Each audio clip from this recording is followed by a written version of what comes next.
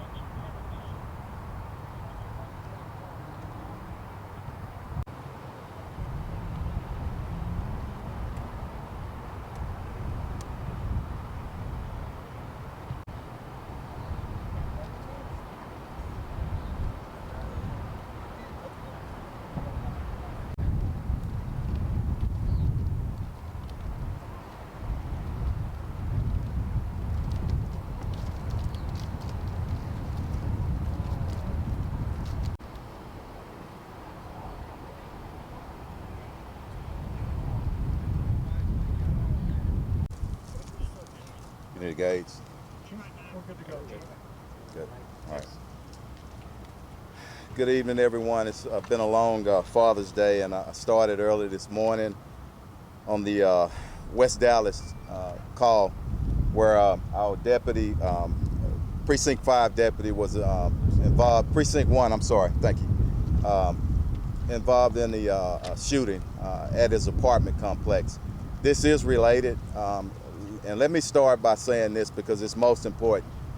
This family of the suspect are good people.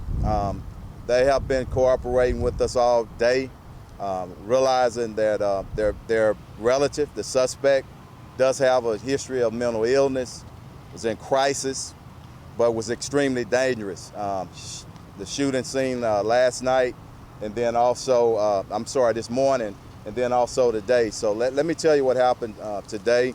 Approximately at 5:40 p.m., officers, SWAT officers got word that the suspect was in the area of Greens Road and 45. They tried to stop him on traffic. The suspects fired upon the officers at that location, drove 2 blocks west, just up the street here. They tried a maneuver technique. He fired upon the officers again.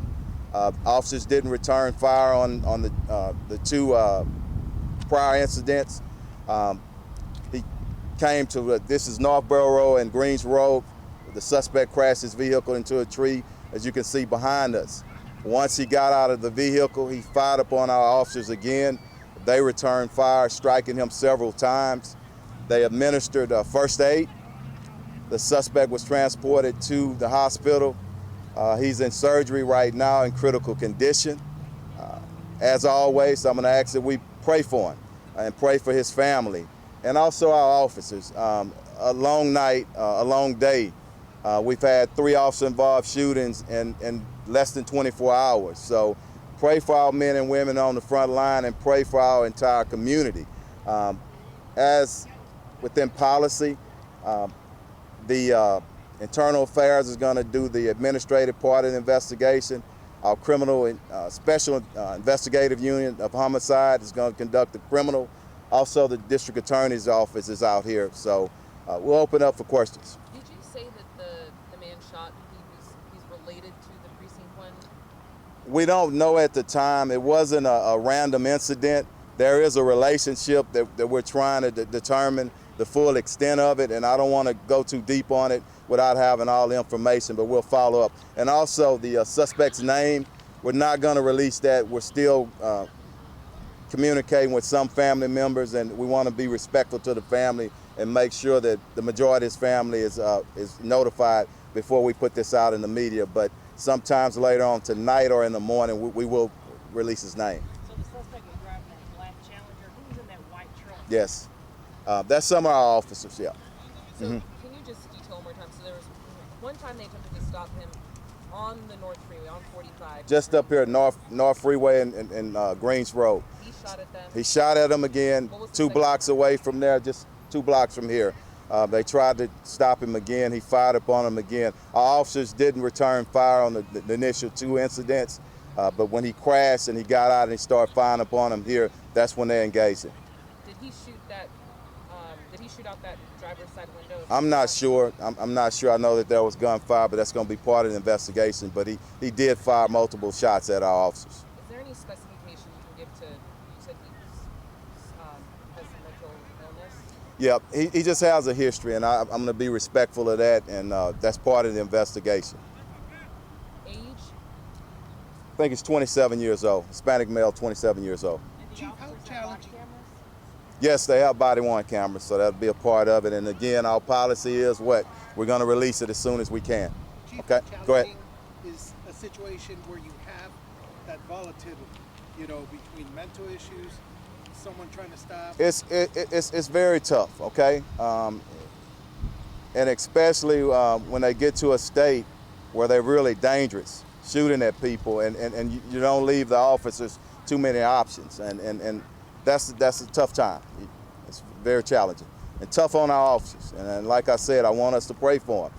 Nobody shows up to work getting up and leave their house and their loved ones and saying, well, you know what, I want to go out and shoot somebody today. That's not how it works. I mean, our officers, men and women, they're charging to the front line when everybody else is moving away, you know, to protect people. And I don't want us to forget about that. I do not want us to forget about this. We're going to be in for a tough summer, and we're going to hang in there together as a city and do whatever we can to keep it safe. So the entire day, law enforcement knew who they were looking for since this break-in happened? I'm not sure about the entire day. I don't know the exact timeline when information started coming, but at some time today, I think family members contacted our agency, and that's why I want to give them credit. You know, think how tough this is.